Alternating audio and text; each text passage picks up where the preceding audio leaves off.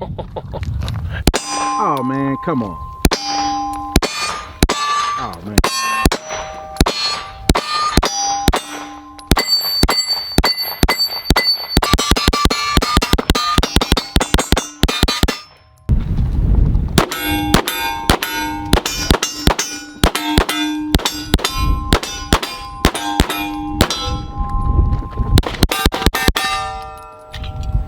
Love this gun. What's up guys, this is Chris here, and today we have a cool review for you. Today we're going to be going over one of my favorite pistols that we've shot on the channel. Today we're going to be talking about the Sig 226 X5 Legion. Now the Sig 226 has a long and storied history.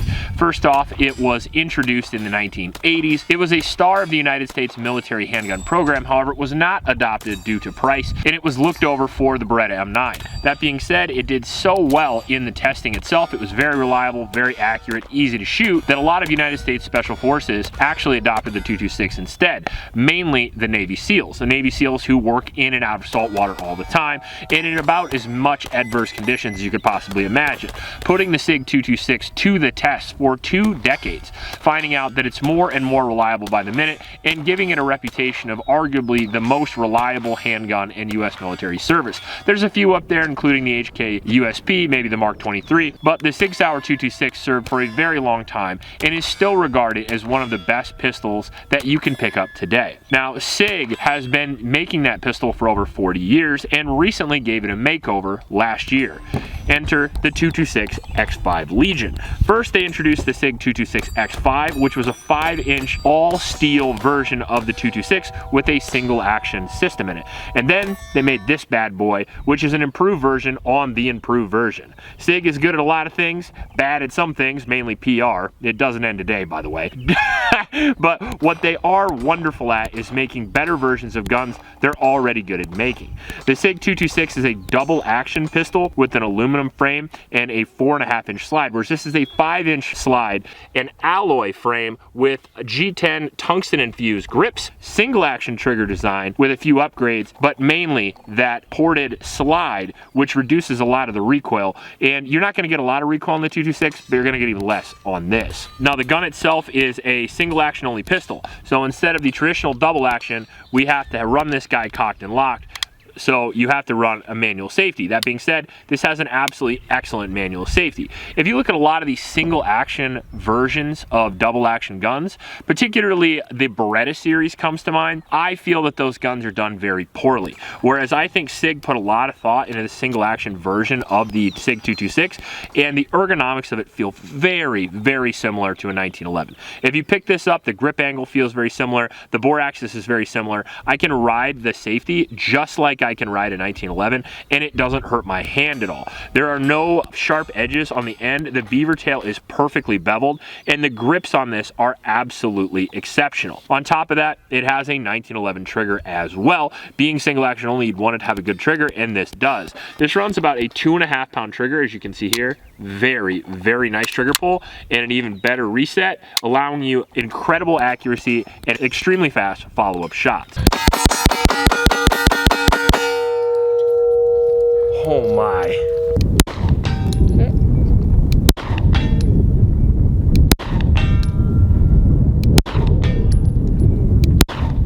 Nice. Gotta love the 226.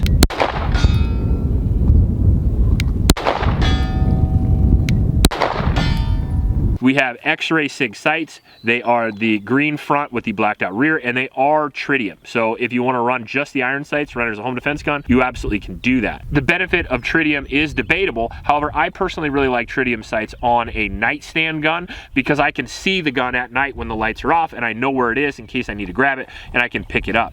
You can use regular sights instead of night sights if you're going to run a weapon light, because you can just use the silhouette, but they are helpful. It also has an integrated optics mounting system to it, where I can direct mount my Trijicon RMR, which is absolutely amazing. The original SIGs that had their optics mounting systems usually only took the SIG dots and needed adapters for the Trijicon, whereas now I can run an ultra low Trijicon RMR and I can co-witness with those sights, and it gives me the sight picture that I'm looking for. The RMR also happens to be the most tested and most reliable pistol optic in my personal opinion, and you can run that on the most tested and most reliable SIG handgun. Now, it also has this muzzle brake, which I talked about here, or compensator I should say, and if you want to take a look at this here, it actually doesn't run into the barrel, it just runs into the slide. And you would think that would be a con. However, it does add a good bit of recoil reduction without decreasing the reliability of the gun like a lot of other compensators do. I like that on the P226 series, and I like that on this, and I would like it on the 320 if the 320 was a good gun. But luckily they put it on this, and that way you can buy a SIG that's actually drop safe.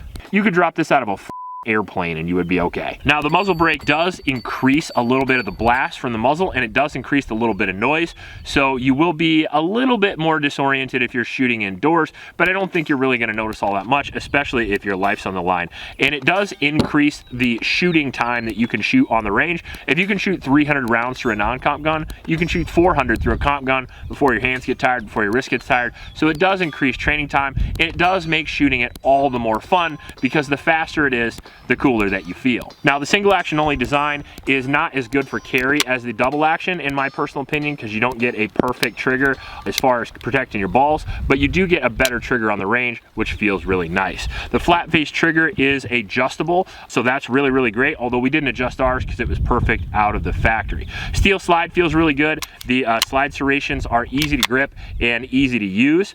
The rail on the bottom is obviously large enough for a Surefire X300, and I think it looks really good. The carbon steel barrel is a solid barrel, and we got crazy accuracy out of this gun. We were able to hit at 100, 150 yards whenever we wanted to with no real issues whatsoever. 150.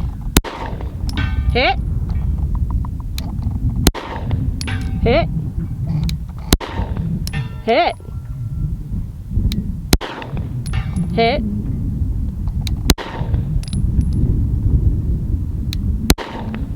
Hit. 200 P226. Hit.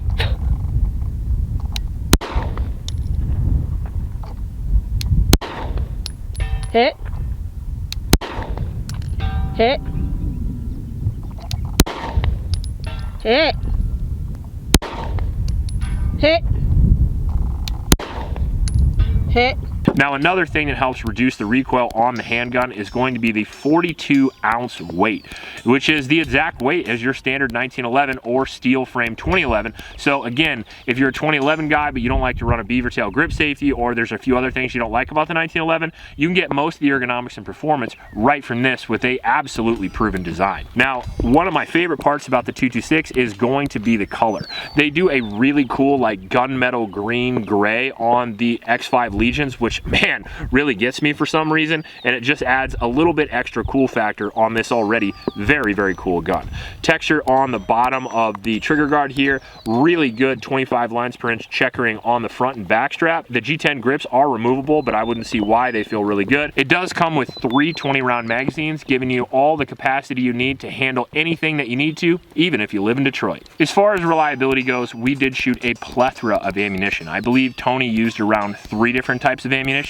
I also used low-powered reloads, I used Federal, I used Blazer Brass, and we shot a bunch of MagTech through it as well, and all of it was 100% reliable. Now, sadly, I didn't use any defensive ammunition with this, but I think it would run just fine considering the history of the Sig 226, although if you plan on using this as a defensive gun, I would check that out. We only did shoot full metal jacket through this, and sometimes hollow points can give guns problems depending on the angle of the feed ramp, so I would just preface that we didn't use any hollow points through this, but maybe we will down the road, because I doubt this is the last time you're going to see this gun. Now, as far as accuracy goes, what printed the best? Well, I think overall Blazer Brass shot the best, and we shot that at distance because in my personal experience, Blazer Brass not only has a good recoil impulse for me personally, but it is one of the most, if not the most consistently accurate rounds in handguns that we shoot on the channel, and I do want to give True Shot a bit of a shout out for that, for sending us down that Blazer Brass. They have been sponsoring our Blazer Brass lately, and we really appreciate them, so go and check out True Shot. The reason why we shot more than average on this gun is honestly because I love it.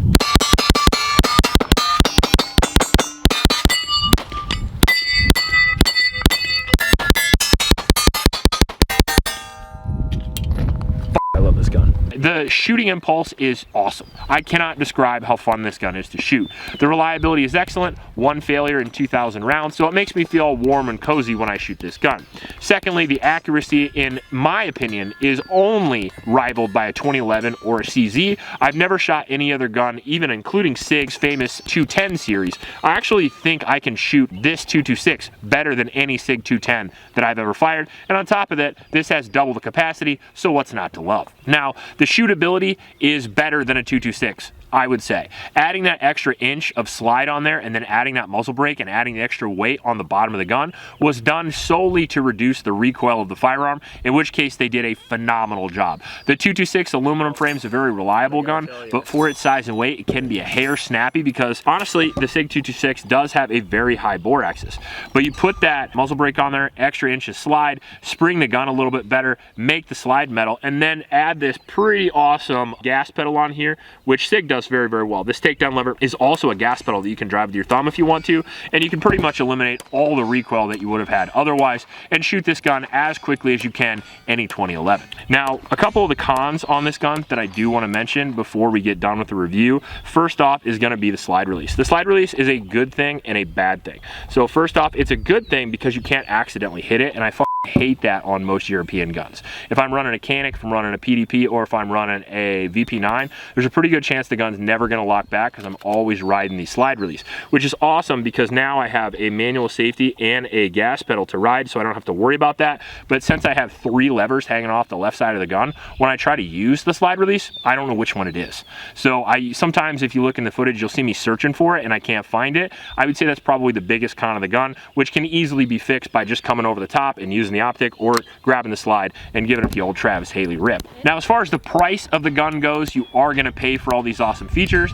If you look at the market and you see where steel framed open guns are sitting, you're going to get into them for some cash. And if you're going to look into getting this guy, you're going to end up paying around $2,000. I've seen them for as low as $1,900, but the MSRP is around $21. And do I think that's worth it?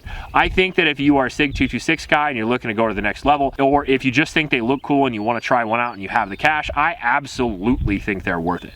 That being said, if you're looking for a solid defensive pistol in 2025, do you have to pay $2,000? You definitely do not. There are many handguns that can perform extremely well for the sub $700 price point at this point, and if you want to get into a solid one, I would check out maybe an M&P.